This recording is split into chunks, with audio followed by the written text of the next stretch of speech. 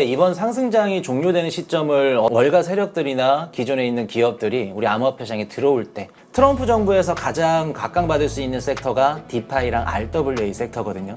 여기에서 가장 빛을 발할 수 있고 두각을 나타낼 수 있는 생태계가 이더리움이에요.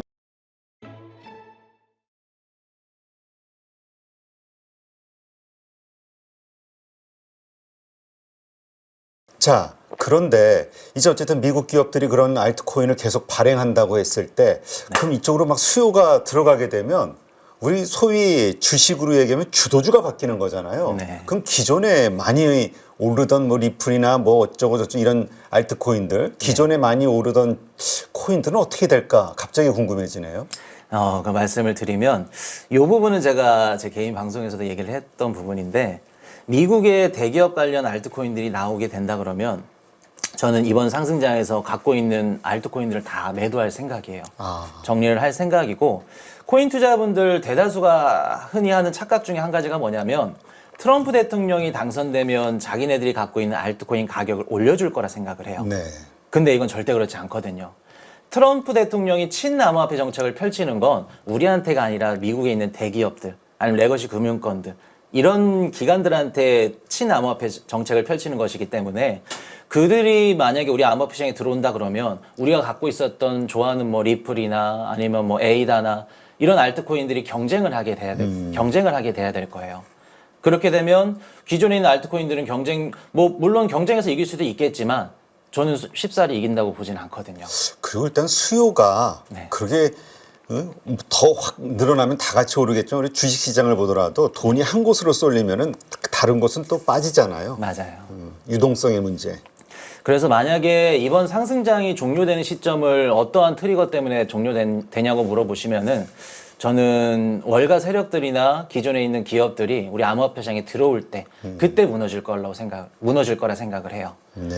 왜냐하면 뭐 M&A나 아니면 암호화폐 시장인 뭐 M&A를 하던가 아니면 암호화폐 시장에 있는 알트코인들을 인수를 할 건데, 뭐 그들 입장에서도 저렴하게 인수를 하는 게 좋잖아요. 그렇죠. 그렇게 되면 암호화폐 시장이 무너져 있고 비트코인 가격도 좀 저렴해져 있을 때 그때 들어오는 게 가장 낫다고 생각을 해요.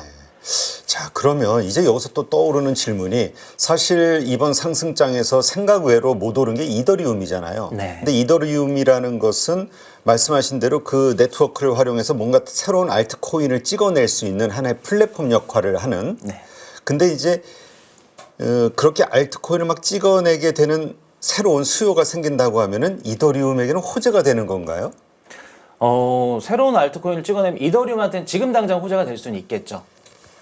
근데 이제 그것도 생각을 해봐야 되는 게, 미국에 있는 대기업들이 이더리움 체인을 통해서 코인을 발행할 건지 아니면 본인들이 만든 체인을 통해서 코인을 발행할 건지, 저는 후자가 더 가깝다고 생각을 하거든요. 기존에 거기에 얹어서 가지 않고 새로 개발을 할 것이다. 그 정도의 자금력이나 규모 있는 기업들이니까. 자금력도 그렇고 기술력도 있고 자기네들이 인프라를 갖고 있기 때문에 지금 당장은 이더리움을 통해서 사업을 하겠죠. 지금 현재 가장 인기 있는 네트워크가, 많이 사용하는 네트워크가 이더리움하고 솔라나인가요? 이더리움이 가장 많이 사용을 하고요. 그 다음으로 이제 급부상하고 있는 게 뭐 솔라나, 그 다음에 뭐 수이, 뭐 이런 식으로. 그럼 이 모두 다 역시 미국 그 코인들, 기업들의 그 알트코인이 발행되는 순간 어떤 플랫폼을 쓰느냐에 따라서 이게 완전히 또 달라지겠네요, 상황들이. 판도가 바뀌는 거죠. 그래서 저는 개인적으로 지금 암호화폐 시장을 좀 비유를 해보자면 2001년도 IT 버블 때랑 좀 비슷하다고 생각이 들어요. 그래서 그때 뭐 더 잘 아시겠지만 모든 기업들이 무너졌고 살아남은 기업들이 뭐 아마존이라던가 뭐 페이팔이랑 이베이 이런 기업들밖에 없잖아요. 저는 지금 암호화폐 시장에서 그런 기업들을 찾아낼 수 있는 능력이 안 돼요. 그래서 이번 상승장 때 알트코인들을 다 정리할 생각입니다. 정리하고 지켜보면서 그 가운데서 살아남는 코인들, 거기에다 이제 투자를 할 것이다. 네, 맞아요. 그게 이더리움이 될지 리플이 될지 아니면 새로운 어디 기업의 새로운 코인이 될지 그건 아직은 모르니. 아무도 모르죠. 알겠습니다. 자, 그런데 어쨌든 많은 분들이 올해 알트코인 불장이 올 것으로 예상을 하더라고요. 이거는 좀 동의를 하시나요? 네. 이미 하긴 왔다고 뭐 생각을 비트코인을 뭐 2억까지 생각하고 있으니까. 그러면 그 어떤 식으로 이 알트코인의 불장이 진행이 될 것인지 그 이야기를 좀 해주시죠. 일단은 알트코인 불장이 온다 그러면 섹터별로 순환매 상승장이 찾아오거든요. 암호화폐 시장의 유동성이 한정돼 있다 보니까 섹터별로 상승이 이렇게 오는 구조인데 우리가 좀 이해하기 쉽게 말씀을 드리면 24년도 2월부터 한 3월 정도, 한 달 정도 짧게 순환매 장세가 왔거든요. 그때를 기억하시면 되는데 예를 들어서 AI 코인들이 일제히 상승을 하면 그 다음에 밈코인이 상승을 하고요. 밈코인이 상승을 하면 그 다음에 뭐 RWA, 뭐 게임파이, 디파이 이런 식으로 섹터별 순환매 상승장이 찾아와요. 그래서 우리가 만약에 이번 상승장을 준비를 한다 그러면 포트폴리오를 구성을 해놔야 되죠. 그래서 AI 코인 뭐, RWA 코인 뭐 이런 식으로 섹터별로 코인들을 구성을 해서 AI 코인이 상승이 나왔다. 그러면 차익 실현을 해서 아직 출발하지 않은 상승하지 않은 섹터로 비중을 주는 거죠. 그래서 보통 기관들이 뭐 포트폴리오 리밸싱을 하면서 차익 실현을 하잖아요. 그런 방식이랑 좀 비슷하다고 보시면 되고. 아, 그렇군요. 네. 보통 이렇게 기다려야 막 올라가는 거 쫓아가서 사가지고 또 고점에 물리시는 분들이 주식도 많은데 코인도 많더라고요. 얘기 들어보니까. 맞아요. 그게 아니라 미리 사놓고 그게 올라왔을 때 그때 이제 매도하는 방식. 네. 그래서 개인적으로 제가 한 5개 섹터를 좀 찝어드리자면 이번 상승장에서 AI 뭐 말할 필요가 없겠죠. 그렇죠. AI가 지금 뭐 증시에서도 화제니까. 맞아요. 그리고 두 번째가 RWA, 리얼월드 에셋이라고 실물 자산이랑 블록체인 시장을 좀 연동하는 그런 섹터가 있고, 그리고 디파이. 요거 같은 경우에는 이제 트럼프 일가가 운영하는 월드 리버티 파이낸셜이라고 거기서도 디파이 서비스를 할 정도로 굉장히 트럼프 정부에서 확장될 수 있는 섹터를 고르자면 RWA, 디파이 요렇게 그래서 굉장히 크고, 밈코인이 있을 수 있는데 저는 개인적으로 밈코인이 이번 상승장에서 좀 주목받을 수 있는 이유가 두 가지로 좀 보거든요. 첫 번째 이제 암호화폐 시장 내부로 좀 봤을 때는 예전에 우리가 알트코인을 투자한다 그러면 VC들이 얼마나 투자를 했는지 그리고 기술력이 얼마나 좋은지 이런 것들을 봤거든요. 근데 실제로 이 코인들이 비즈니스가 없었고 그리고 VC들이 너무 투자를 하다 보니까 거래소에 상장될 때 가격이 너무 비싸다는 거죠. 그래서 코인 투자자들이 계속해서 몇 년 동안 속다 보니까 안 되겠다 해서 밈코인으로 수요가 이동을 하게 된 거죠. 밈코인 같은 경우에는 재밌고요, 일단. 그리고 접근하기가 쉽고요. 뭐 유동성도 그렇고 유통량이 다 풀려 있는 상태에서 시작이 되기 때문에 소액으로도 큰 금액을 벌 수 있다는 이런 장점들이 있죠. 그리고 밈코인이 상승할 수 있는 관점을 우리가 경제적으로 좀 풀어보자면 지금 보시면 뭐 금리도 높고 그리고 물가도 굉장히 높잖아요. 그러다 보니까 경제 상황도 굉장히 팍팍하고 안 좋은데 청년들이나 좀 젊은 층들 입장에서 소액을 갖고 큰 금액을 벌 수 있는 섹터는 밈코인 섹터밖에 없거든요. 그리고 부익부 빈익빈이 계속해서 심화되면 될수록 찾는 거는 밈코인일 수밖에 없고요. 워낙 그 시세 차익을 노리는 거고 또 적은 돈 가지고 크게 불리고 싶어하는 게다가 왜냐면 종잣돈이 크지는 않으니까. 맞아요. 이게 종잣돈이 큰 분들은 안전성을 먼저 따지는데 작은 분들은 뭐가 그냥 막 빨리 불리고 싶은. 근데 이제 우리가 이것에 대해서 문제 제기를 할 수는 있는데 이게 어쨌든 현실이니까 이러한 심리가 지배되는 밈코인을 공략을 한다. 이게 이제 하나의 투자 전략으로 매매 전략으로 본다. 그렇군요. 근데 이 섹터가 이 순환장도 왜 그런 게 있잖아요. 이렇게 좀 텀이 길게 유지가 되는 경우가 있고 그게 갑자기 장중 하루 만에 이틀 만에 끝나는 경우도 있고 참 여러 가지더라고요. 주식시장을 보면. 맞아요. 이쪽은 어떨까요? 아까 5가지 섹터 말씀하셨는데 언제 사고 언제 팔아야 될 것이냐 이거에 대한 고민. 이미 사뒀다면 아마 파는 거에 대한 고민이 있을 것 같은데요. 일단은 코인 시장 상승 섹터나 테마별로 움직이는 건 우리가 알 수는 없어요. 그렇죠. 따라갈 수도 없고요. 대다수가 본업이 있고 그 근로소득으로 다 투자를 하는 분들이기 때문에 그래서 우리가 최신 섹터가 뭔지 따라가는 것보다 예를 들어서 뭐 AI가 지금 좋다, AI가 굉장히 핫하다 그러면 AI의 대표주들만 매수를 하는 거죠. 전체를 사는 게 아니라 대표, 가장 시총이 높은 거. 그리고 뭐 AI나 RWA 같은 이런 섹터들은 생긴 지 얼마 안 됐거든요. 그래서 그런 섹터에서 신규 코인을 사게 되면 굉장히 위험성이 커요. 그래서 한 달 만에 뭐 AI에서도 뭐 DP이라던가 아니면 뭐 GPU라던가 뭐 데이터 스토리지 그리고 최근에는 AI 에이전트까지 다양한 섹터별로 파생적으로 발생하는 것들이 너무 많기 때문에 따라가다 보면은 원금을 다 잃게 돼요. 맞아요. 코인은 그 원금 잘못하면 금방 잃더라고. 맞아요. 근데 얘기 들어보니까 결국 이 주식시장하고 논리가 좀 비슷하긴 하네요. 우리가 어떤 섹터, 테마주를 살 때 그 테마의 1등 대장주를 사라고 하잖아요. 맞아요. 여기 코인도 마찬가지네. 그 자꾸 안 오른 거, 사람 심리가 안 오른 거를 자꾸 찾다 보니까 그 좀 힘이 약한 걸 사게 되는데 가장 센 거, 가장 많이 비싼 거 요걸 사는 게 답이겠군요. 자, 그러면 그런 것을 잘 샀어요. 그래서 저 시세가 올라와서 근데 사람 심리가 어쨌건 자꾸 제일 비싸게 팔고 싶잖아요. 네. 그러다 기다리다가 또 하락이 시작되는데 못 팔아가지고 또 손실 보는 경우도 있고. 어떻게 매도 타이밍을 어떻게 잡으세요? 저는 보통 알트코인 불장이 좀 본격적으로 시작되는 시점을 이더리움으로 좀 보고 있어요. 그래서 이더리움이 본격적으로 상승을 한다 그러면 제가 갖고 있는 알트코인들도 조금씩 이제 분할로 매도를 하는 거죠. 보통 상승한다 하면은 어느 정도의, 왜냐면 사람마다 개념이 다 다르니까 10%만 올라도 상승이고 한 100% 올라야 상승한다고 생각하는 분도 있고. 어때요 그 기준이? 뭐 각 개별 코인마다 다르겠지만 이더리움 같은 경우에는 뭐 최소한 2배에서 한 3배 정도는 오른다? 올라가야 예, 상승이라고 볼 수 있겠죠. 그러면 그걸 하나의 시그널로 보고 네. 알트코인, 다른 알트코인들을 전부 분할 매도를 해나갈 것이다. 네네. 그 얘기는 결국 이 불장의 끝은 그 이더리움의 시세 분출로 끝날 것이다. 이렇게 이해가 되는데요. 네, 그렇게 보고 있어요. 아, 뭐 그렇게 생각하는 이유가 있나요? 일단은 지금 많이 걱정하시는 분들 중에 한 부류가 이더리움 투자자분들일 거예요. 안 오르니까. 네, 뭐 이더리움에 견줄 만한 솔라나는 잘 나가는데 이더리움 많이 안 오르니까 그러실 건데 2021년도부터 5년 동안 지금 이더리움 가격이 제자리거든요.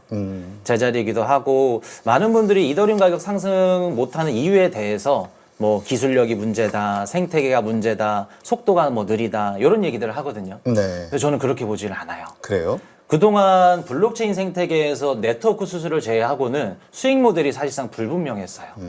보통 알트코인 투자하시는 분들이 기술력이나 수익성 때문에 투자를 하는 게 아니라 투기성에 가까워요. 네. 그렇기 때문에 근데 한 가지 좀 변수가 생긴 게 최근에 솔라나에서 펌다폰 같은 이런 수익 모델이 생기기 시작했거든요. 그러면서 블록체인도 수익성이 생겨야지 알트코인 가격이 오르는구나 이런 사례들이 발생을 하면서 이더리움 가격도 못 오른 이유에 대해서 수익성으로 이렇게 많이들 얘기를 하시더라고요. 근데 수익 모델이 없더라도 지금 가격 상승이 많이 일어난 코인들이 굉장히 많아요. 네. 그래서 이더리움의 부진을 기술력으로 보기에는 조금 미흡한 부분이 있고 전 개인적으로 암호화폐 상승장마다 좀 맞는 섹터가 있다고 생각을 해요. 근데 그 이더리움이 이번 상승장에 알맞는 섹터를 아직 못 만나지 않았나 라는 생각을 하고 24년도 비트코인의 한 해였다면 저는 2025년도에는 이더리움의 한 해라고 생각을 해요. 그래요? 그런 이유가 뭐냐면 방금도 말씀드렸듯이 섹터를 못 만났다 말씀드렸잖아요. 트럼프 정부에서 가장 각광받을 수 있는 섹터가 디파이랑 RWA 섹터거든요. 여기에서 가장 빛을 발할 수 있고 두각을 나타낼 수 있는 생태계가 이더리움이에요. 지금 전체 암호화폐 시장 기준에서 디파이나 RWA 섹터에 가장 많은 비중을 차지하고 있는 게 이더리움이거든요. 그리고 트럼프 일가가 운영하고 있는 월드리버티 파이낸셜 역시 3억 불 가까이 암호화폐를 갖고 있는데 다 모든 알트코인들이 이더리움에 연계된 코인들이에요. 기반이군요. 예, 그리고 최근에도 계속해서 이더리움을 매집하고 있고 본인 포트폴리오 중에 가장 많은 비중을 차지하고 있는 게 이더리움이고요. 그리고 이더리움이 가장 큰 탈중앙화 프로토콜 생태계를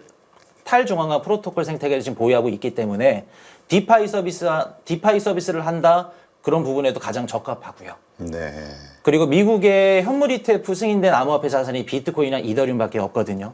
비트코인을 제외하고는 투자할 수 있는 상품은 이더리움밖에 없어요. 그럼 월가나 뭐 기관들 입장에서 비트코인 제외하고 어디에 투자할래? 라고 물어봤을 땐 이더리움밖에 없는 거죠. 그리고 미국에 있는 은행권들이 디파이 서비스를 한다. 그렇게 되면 기업들 입장에서 가장 중요하게 보는 게 안전성 그리고 대중성이거든요. 네. 이 두 가지를 갖춘 체인은 솔라나보다 이더리움이 더 적합하고요. 아, 그렇군요. 네. 근데 사실 이더리움도 안 올랐다라고 표현을 하지만 지금 보면은 차트 보면은 작년 8월 달에 한 300만 원 정도 하다가 지금 어쨌든 한 480만 원 정도니까 네. 좀 오르긴 올랐네요. 조금은 한 올랐죠. 60-70%는 올랐는데 이거 가지고 코인에서는 성이 안 차는 거죠. 만족을 못하는 거죠. 지금 아까 이더리움이 2배, 3배 올랐을 때 하나의 시그널로 보겠다. 매도의 알트코인. 네. 이렇게 말씀하셨는데 이 지금 한 500만 원 근처의 이 가격대에서의 2배, 3배를 얘기하시는 건가요? 일단은 알트코인 불장의 조건이 무조건 이더리움 가격 상승만 있는 건 아니고요. 그 중에 한 가지고요. 이더리움 가격을 봤을 때 지금 가격이 한 2배에서 3배 정도 볼 수는 있겠죠. 알겠습니다. 자, 지금 이러다 보니까 코인 투자를 고민하는 분들이 참 많은 것 같아요. 요새 뭐 계좌 수 많이 증가하고 있다고 하던데 투자하기 전에 꼭 알아야 될 것들 초보 투자자가 어떤 게 있을까요? 일단은 아까도 말씀을 드렸듯이 현재 암호화폐 시장은 저는 IT 버블이랑 같다고 보거든요. 2001년도 IT 버블 때 수많은 기업들이 다 망했고 없어졌고 그래서 그런 코인들이 저는 알트코인이라고 봐요. 네. 그래서 머릿속에 알트코인 투자는 무조건 스캠이다 라는 생각을 해요. 그리고 알트코인과 사랑에 빠지지 말라는 얘기를 항상 하거든요. 지금 내가 이걸 가지고 돈 벌려고 하기는 하지만 이거 오래 못 간다. 맞아요. 이 생각을 해라. 그리고 알트코인 투자는 장이 좋을 때 정해진 기간이 있거든요. 투자할 수 있는 기간이. 그래서 이 기간 때만 내 자산을 증식시켜줄 수 있는 그 이상, 내 자산을 증식시켜줄 수 있는 도구, 그 이상 그 이하도 아니라고 생각을 하는 거죠. 그리고 두 번째, 변동성이 굉장히 심하다는 건데 일단은 알트코인 투자하신 분들이 좀 많이 걱정을 하고 겁을 먹는 게 사자마자 마이너스 20%, 30% 시작이에요. 아, 그래요? 근데 코인판에서는 알트코인 투자를 한다? 마이너스 40, 50은 기본이거든요. 그래요? 그때부터 시작이고 마이너스 50% 하락도 버텨야 돼요. 그걸 버틸 수 있어야 된다. 네, 손절하면 안 되고 그리고 반대로 얘기를 하자면 며칠 만에 마이너스 50%가 하락했다는 건 반대로 얘기하면 며칠 만에 50%가 상승할 수도 있다는 걸 의미하거든요. 그러니까 우리 소위 정말 그 도박성이 강하다라는 말을 쉽게 맞아요. 하는데 그걸 인정해야 된다. 이런 걸 알아야 된다. 본인이 인지를 하고 해야죠. 그게 정말 불안하고 겁이 나면 하지 말아야 되고. 맞아요. 그렇기 때문에 시드 금액을 우리가 편성을 할 때 굉장히 적은 금액 하셔야 되고 24시간 장이 열려 있기 때문에 변동성이 굉장히 심해요. 그래서 주변에 코인 투자하시는 보면은 업비트나 빗썸창 열어놓고 하루 1분, 5분마다 막 기분이 바뀌시는 분들이 계세요. 그 조울증 환자 같은데 맞아요. 그 TV 그 24시간 밀착 취재하는 거 저도 봤는데 네. 잠도 컴퓨터 앞에다가 이렇게 놓고 그 매트리스가 하나 조그만 거 놓고 자다가 알람이면 바로 일어나고 컵라면 먹어가면서 땀까지 막 흘리시더라고요. 식은 땀 흘리고. 네. 그래서 그런 분들은 아예 안 하는 게 맞고요. 그렇죠. 이게 평온하게 어쨌든 네. 자기가 이걸 이겨내야 되는데. 맞아요. 그리고 코인 투자하기 전에 무조건 돈 벌어야지 벌 수도 있다 라는 생각을 하시면 안 될 것 같아요. 잃을 수도 있다는 생각을 해야 되고 그리고 저는 콜인이라 그러죠. 지금 코인 그 초보 투자분들한테 항상 권유하는 게 소액만 매수를 일단 해보라고 해요. 소액 매수를 해보고 가격이 올라가거나 떨어질 때 가격이 올라가거나 떨어지면 자연스럽게 관심이 가거든요. 그리고 많이 떨어진다 그러면 공부를 하게 되고요. 그렇게 되면서 코인 시장에 본격적으로 진입을 하는 거기 때문에 저도 17년도에 코인 시작을 무턱대고 시작을 했죠. 그래서 거의 한 10억 가까이 좀 마이너스가 났고 그때부터 공부를 하기 시작했거든요. 그래요? 아니 아직 나이가 젊은데 10억이라는 종잣돈은 또 어떻게 생겨났어요? 저는 20대 때부터 사업을 하면서 그 취미가 재테크였어요. 아, 그래요? 그래서 뭐 부동산도 공부를 많이 했었고 뭐 주식도 공부를 했었고 자연스럽게 코인 시장에 빠져들게 된 거죠. 야, 근데 그 10억을 날렸을 때 얼마나 어땠어요? 심정이? 일단은 10억을 날린 건 아니에요. 마이너스 90%까지 갔었고 그거를 이제 팔진 않았어요. 자존심이 용납을 못 하겠더라고요. 그래서 계속 갖고 있었고 나중에는 결국에는 회복이 됐는데 위장약을 먹어가면서 버텼고요. 친구들도 안 만났어요. 그치, 우울하지. 힘 빠지죠. 네, 그래서 뭐 안 좋은 생각까지는 아닌데 그냥 삶의 원동력을 좀 잃은 느낌. 좀 많이 알트코인이었어요? 비트코인이었어요? 알트였죠. 알트. 네. 그러니 더 힘들지. 맞아요.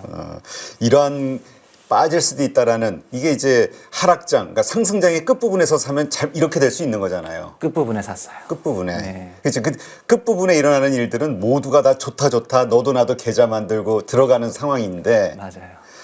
지금은 아직 그런 상황은 아니다. 지금은 안 그러죠. 네.